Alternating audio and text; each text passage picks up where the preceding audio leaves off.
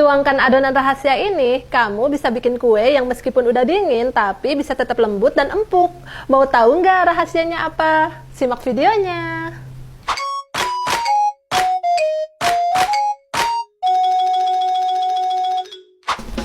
Assalamualaikum teman Taehyun. Hari ini Teteh mau bikin kue tradisional, yaitu kue pukis. Kue pukis yang akan Teteh buat ini, dia akan tetap lembut, empuk meskipun udah dingin ya. Dan supaya lebih menarik, Teteh akan padukan dengan lelehan keju. Penasaran kan gimana cara buatnya? Karena bahan-bahannya udah siap, langsung aja yuk kita mulai. Pertama, kita siapin 400 gram terigu protein sedang. Kita campurin semua bahan kering. Ini ada 100 gram tepung beras, garam setengah sendok teh. Ini supaya nanti mengembang empuk lembut, kita kasih 1 sendok teh baking powder, dan ini kita pakai 2 sendok teh ragi instan ya. Setelah semua bahan masuk, sekarang tinggal kita aduk rata aja. Pastiin untuk tepungnya tidak menggunakan protein tinggi, soalnya kalau protein tinggi itu lebih cocok untuk roti, pizza, bukan untuk kue ya. Nah ini juga Teteh menggunakan raginya yang baru. Kalau misalkan kalian punya sisa ragi di rumah, sebaiknya dites dulu sih. Biasanya kadang-kadang ragi itu kalau penyimpanannya nggak benar, dia nggak aktif. Nah ini sekarang kita sisihkan dulu. Kita akan lanjut menghaluskan kentang.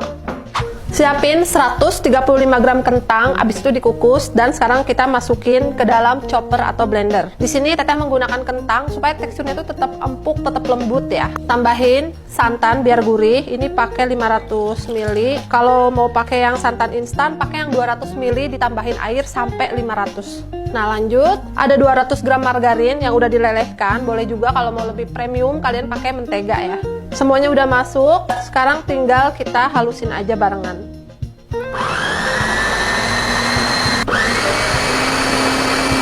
Oke, cuma beberapa kali tekan aja. Ini udah halus, udah tercampur rata. Kalau udah seperti ini tinggal kita sisihkan aja. Jadi Teteh tuh pakai chopper dari Idalife IL216J. Ini kapasitasnya 2 liter. Cocok banget kalau kalian mau menghaluskan bumbu, menghaluskan es batu, bahkan mencincang daging juga bisa banget ya. Untuk wadahnya ini wadah kaca. Jadi kalau mau dibersihin juga gampang banget, nggak meninggalkan bau juga. Nah, jadi kurang lebih untuk tekstur adonan dari kentang yang dihaluskan seperti ini ya. Sekarang kita lanjut akan mengkocok telur.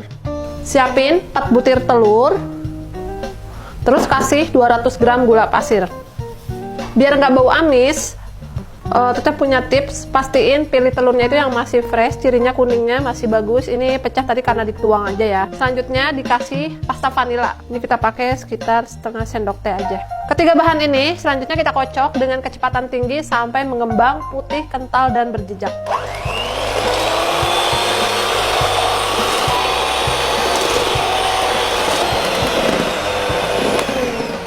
Kalau adonannya udah kental putih berjejak seperti ini, sekarang kita masukin bahan kering. Supaya halus, di sini kita masukinnya sambil diayak ya.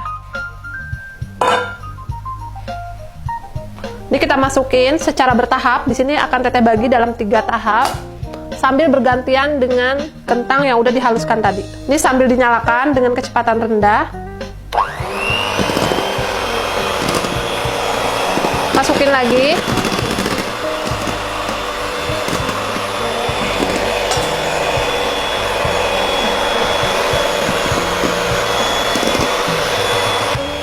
Tuangkan lagi sisanya.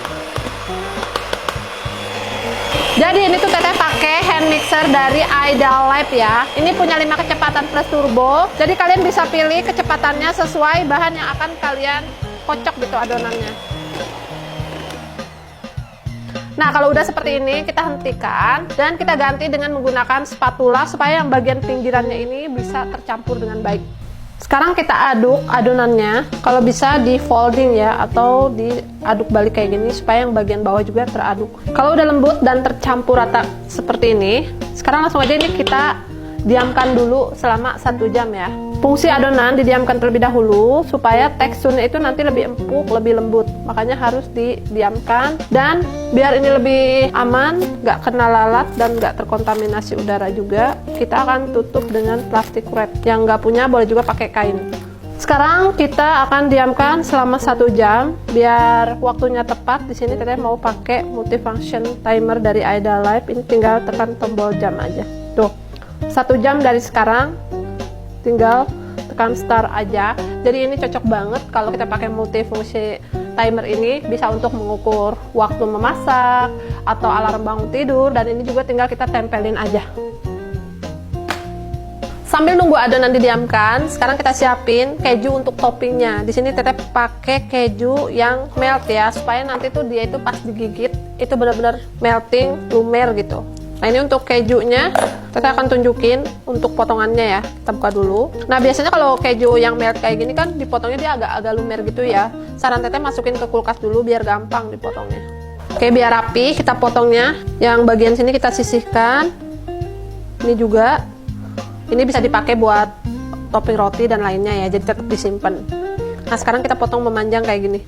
Oke, untuk kejunya udah siap digunakan. Oke, karena ini udah bunyi, ini tinggal dimatiin aja. Sekarang tinggal menuju adonan yang udah kita diamkan tadi. Sekarang kita buka plastiknya. Nah ini untuk penampakan adonannya, dia sudah mulai naik ya. Kalau misalkan kalian diamkan lebih lama lagi, dia akan lebih naik lagi. Ini kita aduk rata dulu.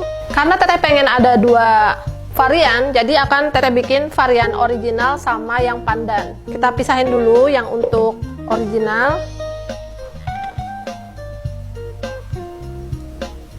Nah ini yang sisanya akan Teteh kasih pasta pandan.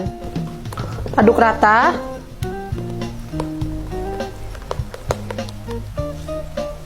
Pasta pandan ini menurut Teteh paling cocok ya, soalnya dia tuh aromanya wangi, ketemu sama kue pukis yang tadi kita pakai adonan itu dikasih santan gitu.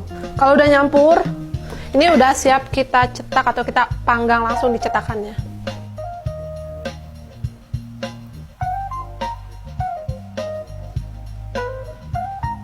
Nah jadi kita punya dua varian ya, ada yang original dan rasa pandan. Oke, sekarang kita panasin cetakan pukisnya. Pastiin cetakannya udah panas, terus kita olesin mentega supaya lebih wangi ya.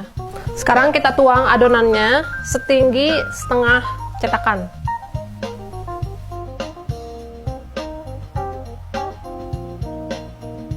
Lanjut yang rasa pandannya.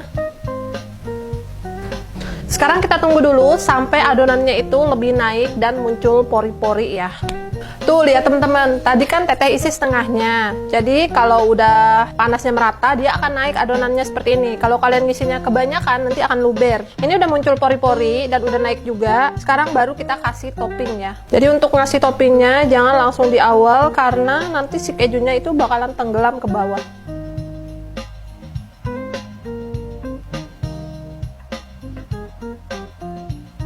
Untuk mematangkan, kita tutup, tunggu sampai bagian atasnya itu set.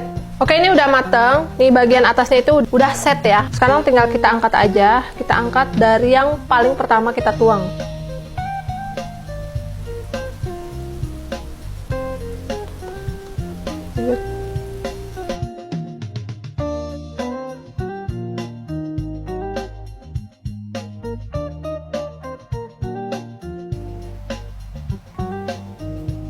Nah, kalau yang ini varian yang original ya. Jadi tandanya udah mateng, adonannya naik, bagian atasnya udah set, udah nggak basah lagi. Terus dia di pinggirannya itu udah kecoklatan. Menul-menul. Kalau yang nggak suka topping-topping, ini cocok nih. Polosan kayak gini juga udah enak.